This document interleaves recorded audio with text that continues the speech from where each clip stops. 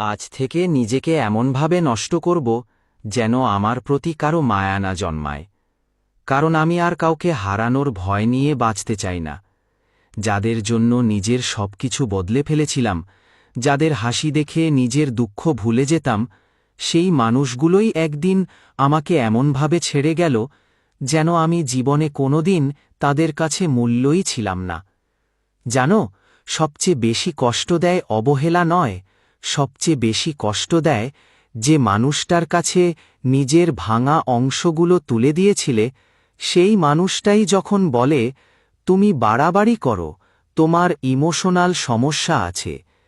আমি অনেক দিন ধরে ভেবেছি সমস্যাটা আমারই। হয়তো আমি বেশি ভালোবেসেছি, হয়তো বেশি বিশ্বাস করেছি, হয়তো বেশি গুরুত্ব দিয়েছি। কিন্তু আজ বুঝলাম, মানুষ যতটা নেয় তার অর্ধেকও ফেরত দেয় না। তাই আজ থেকে আমি বদলাব, এবার নিজের জন্য। নিজেকে এমন কঠিন করে তুলব যেন কেউ আমার কাছে এসে নিজেকে ভালো মানুষ প্রমাণ করতে না পারে। আমি আর কাউকে সুযোগ দেব না আমাকে ভেঙে যাওয়ার দৃশ্য দেখার। আজ থেকে রাতে ঘুমাতে যাওয়ার আগে কোনো নাম মনে পড়বে না, কোনো চোখ ভিজবে না, কোনো প্রত্যাশা থাকবে না। কারণ প্রত্যাশাই মানুষকে ধ্বংস করে। আমি নিজেকে নষ্ট করব না অবহেলায়, নিজেকে নষ্ট করব ভুল মানুষের প্রতি ভালোবাসা থেকে সরে এসে। এমনভাবে বদলে যাব যেন আমার ভেতরের ভাঙাচোরা কেউ আর দেখতে না পায়। হয়তো সামনে আমাকে দেখে মানুষ বলবে, এই মানুষটা কত ঠান্ডা, কত বদলে গেছে।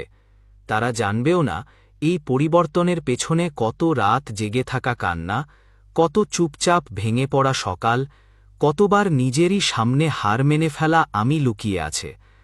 আজ থেকে আমি নিজের প্রতি দায়বদ্ধ, নিজের বেদনার কাছে সৎ, কারো ফিরে আসার অপেক্ষায় নয়, কারো মন ভাঙা কথা বুঝিয়ে দেবার চেষ্টায় নয়। আমি আমার পথ নিজেই ঠিক করব, একলা, দৃঢ়, এমনভাবে যে কেউ আমার পাশে দাঁড়ানোর সাহসী না পায়। এটাই আমার শেষ ভাঙা প্রতিজ্ঞা। নিজেকে এমনভাবে নষ্ট করব যাতে আগামীতে আর কারো ভালোবাসা, কারো মায়া আমাকে দুর্বল করে না।